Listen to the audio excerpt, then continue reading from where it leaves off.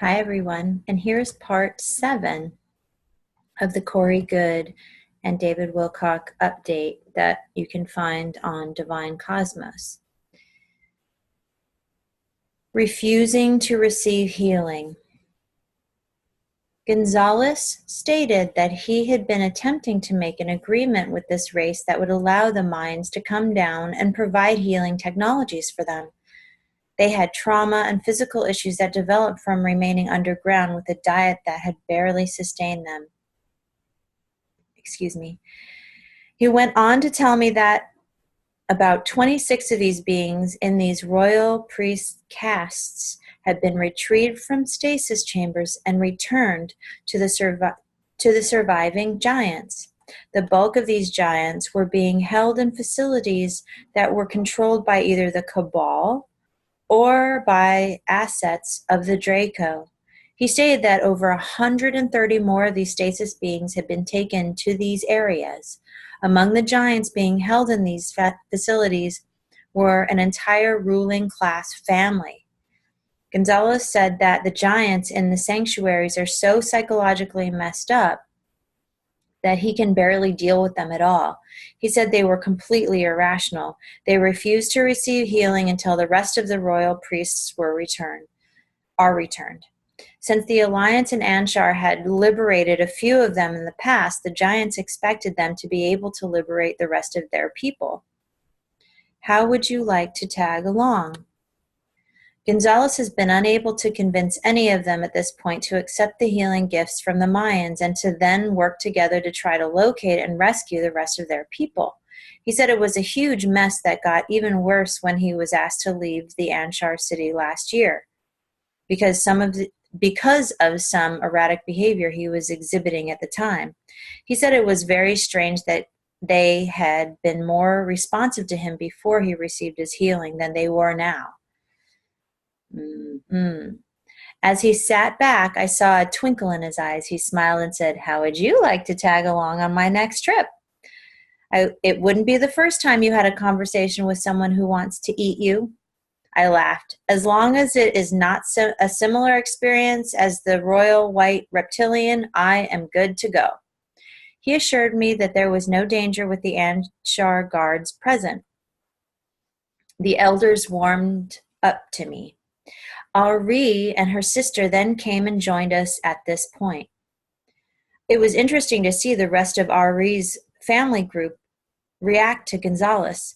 They all kept themselves a minimum of 20 feet away from him. And David Wilcock says, this is precisely what insider Pete Peterson recently said this same group does when they are around us. His people call the Anshar the tall whites. When Gonzalez came in, I noticed the elders getting up to guide the children out of the common area fairly quickly. I noticed the Anshar were acting the same way towards me when I first arrived. They would put a hand out to keep their children from approaching me too closely. They seemed to gather in small groups that would glance over at me as if they were in some sort of discussion. Their reaction began to shift as they saw Ari take me by the arm or hand a few times, guiding me to the dining area or to speak with one of the elders.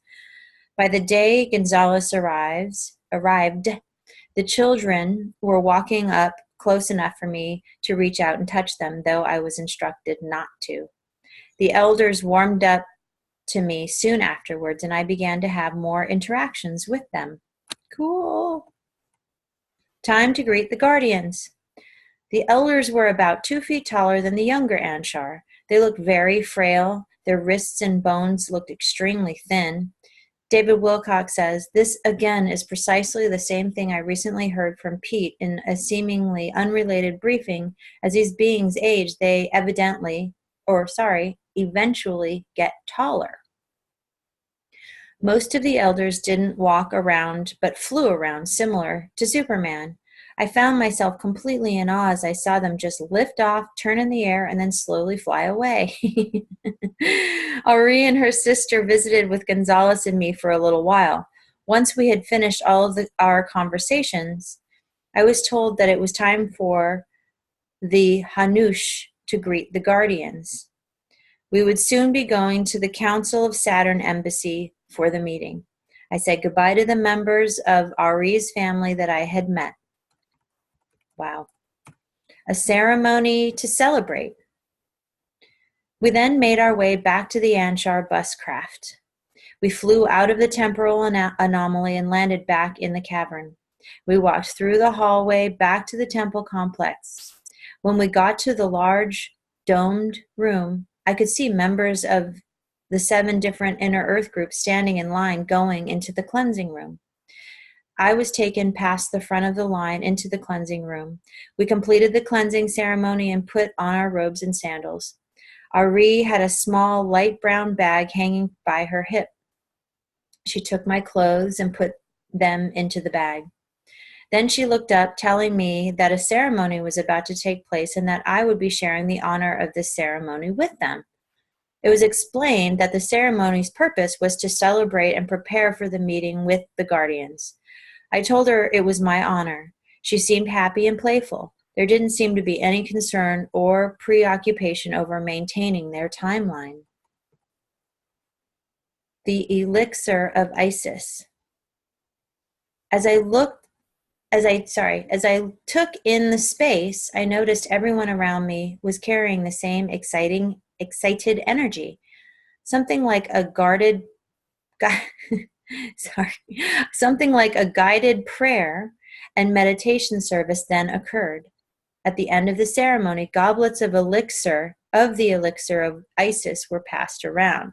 And David Wilcock says, the Law of One revealed that Ra, Isis, and other historic Egyptian figures were originally positive, and their stories were later co-opted by negative Cabal-type religious groups. So Corey says, I took a glass and held it like I would a glass of champagne. Ari noticed. With a big smile, she held up her glass, waved her hand over it, and moved her lips as if saying a prayer. She took a long, steady sniff of the drink while holding the glass up to her face with both hands. She then held the glass out and then up slightly before taking a drink. I did the best I could to repeat what she had done before taking a drink of the elixir, which was sweet at first, but it had a slightly bitter aftertaste that was similar to having chewed on a flower petal.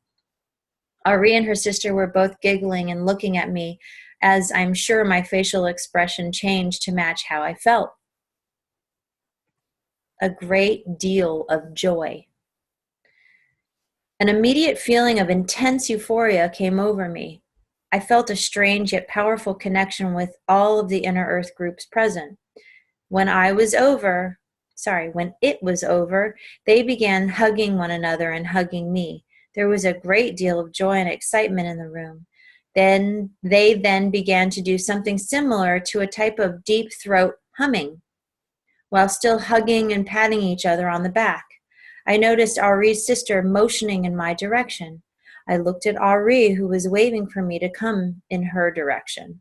The 3 of us then walked down the passageways back to the main dome room where I am usually greeted. There were 2 Anshar guarding each door, just like last time. Boarding the craft with the Omega group. We walked down another passageway and came back out into the cavern where the city used to be. I observed a very large saucer-shaped craft that was parked on the cavern floor. As my eyes adjusted to the cavern's low light, I could see a ramp coming out of the craft. I then saw 3 men from the Omega group waiting for us at the base of the ramp. And there's a picture of the Omega group. In this case, they were wearing one-piece jumpsuits that were royal blue. Their suits had a yellow 8-pointed star on the left side of their chests. I boarded the craft and was seated,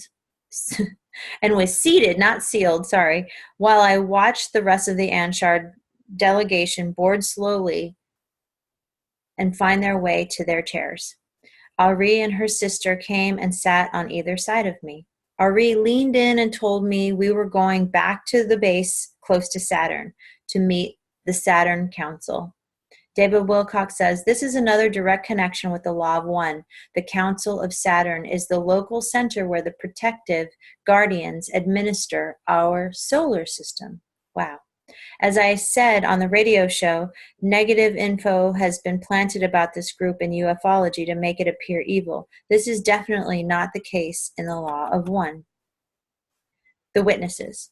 When we arrived, we were met by more of the military-looking Omega group. We were then escorted into the meeting hall. The last time I was here, the room was empty except for Ari and the Sentinels. This time, there were about 40 representatives from the Inner Earth groups. There was also a slightly larger group of beings standing in a group at the far end of the room. I looked closer and saw Mika waving at me from the group. Ari instructed me to head over and join the other group, who she called the Witnesses. As I began to walk across the room to greet Mika, I was startled as Tier Air and the Golden Triangle being suddenly appeared in the middle of the room.